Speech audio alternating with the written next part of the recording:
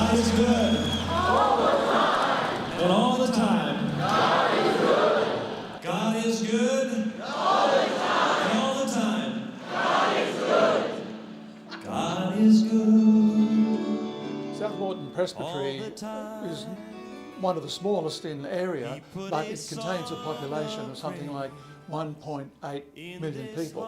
And it's made up of some important centres like Sunnybank and Logan and the Redlands and strategic places like Beaudesert, and of course the Gold Coast itself, which has a population in excess of 500,000. And some 40 Uniting Church congregations serve this diverse mission field. 11 of those congregations are alive and growing, and New Life Robina over the Easter weekend in the services on Good Friday and on Easter Sunday had a total of attendance of close to 3,000 people, an increase on the previous year. 12 of these congregations within our presbytery are flatlining. They're neither growing or growing less in number. And about 19, that is about half of our congregations, according to financial giving and attendance, are in fact in decline. And this presents us with a major challenge. God is good all the time. Here we go. God is good all the time. He put a song of praise in this heart of mine. God is good all the time. Through the darkest night, His light will shine. God is good. Yes, God is good all the time. That's right. The region served by our presbytery has some rapidly growing population areas. There's the Redlands, there's the Northern Gold Coast corridor, that's Pimpamar and Coomera, and then out here an enormous population growth with a new housing area called Yarrabilba, which is north of Beaudesert. These present us with great opportunities. Clearly, church planting is an important strategy, particularly in a new housing area like this, but workers who feel called and equipped to plant new churches seem to be in scarce supply.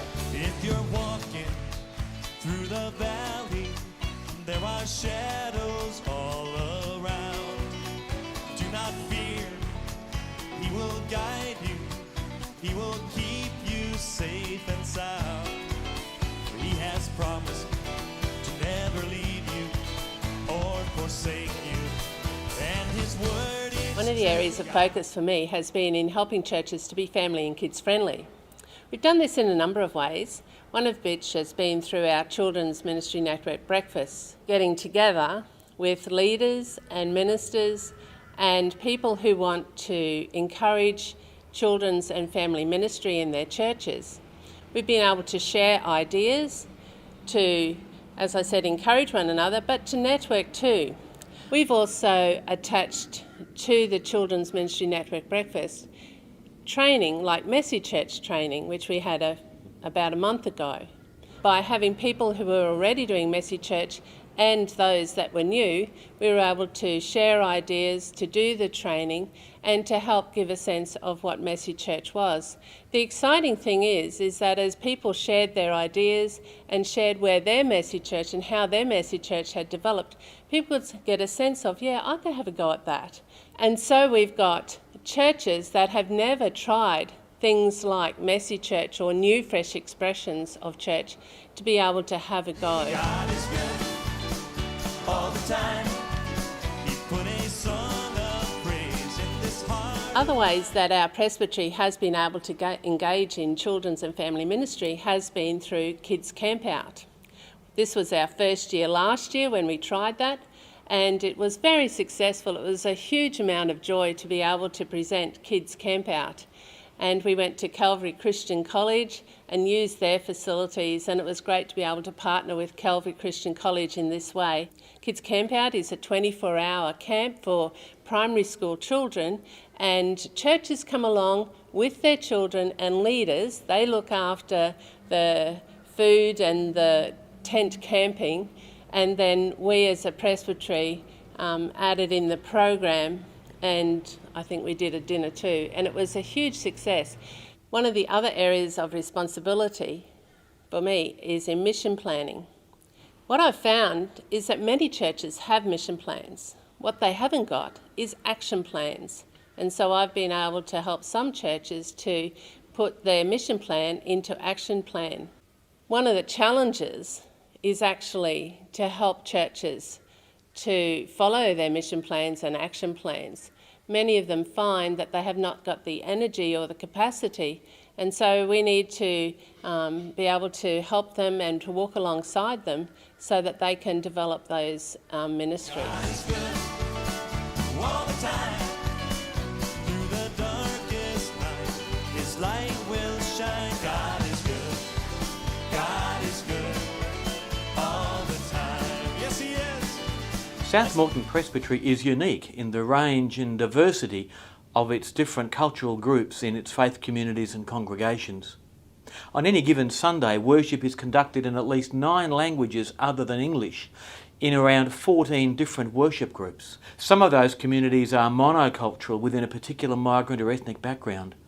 But we have at least 2 significantly intercultural congregations with an intentional way of mixing cultures across their faith and life, and another 2 or 3 are on that pathway. Some of our migrant and ethnic communities have a long association with the Uniting Church or its constituent denominations, but some have come more recently with no previous denominational affiliation.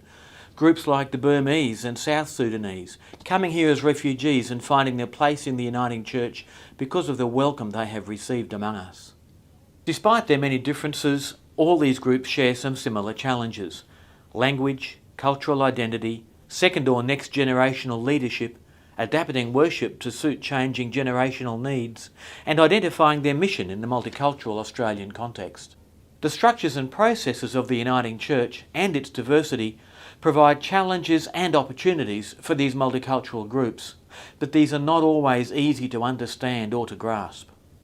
It's been a real privilege for me to get to know these various communities, share in their worship, meet with their leaders, and provide a focus of attention, care and guidance in the various issues of their church life.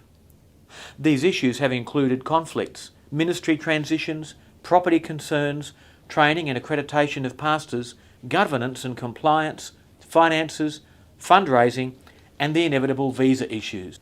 Several of our multicultural communities have had to deal with the grief of traumatic events in their home country: a vicious civil war in South Sudan, an earthquake in Taiwan, landslides in Western Burma, cyclones in Tonga and Fiji. These communities receive the pastoral and practical support of the wider Uniting Church at such times with deep gratitude. Though I may not understand all the plans you have for me, my life is in your hands, and through the eyes of faith I can clearly see that God is good. Change and restructure is necessary, but it's never easy. We always want to hang on to that which we're familiar with. Jesus spoke about that when he said that if we seek to save our life, then we'll lose it. If we're prepared to lose our life for the sake of the kingdom, then we'll find it. Often we think that applies to individuals, but I think it's a spiritual principle that can equally apply to congregations.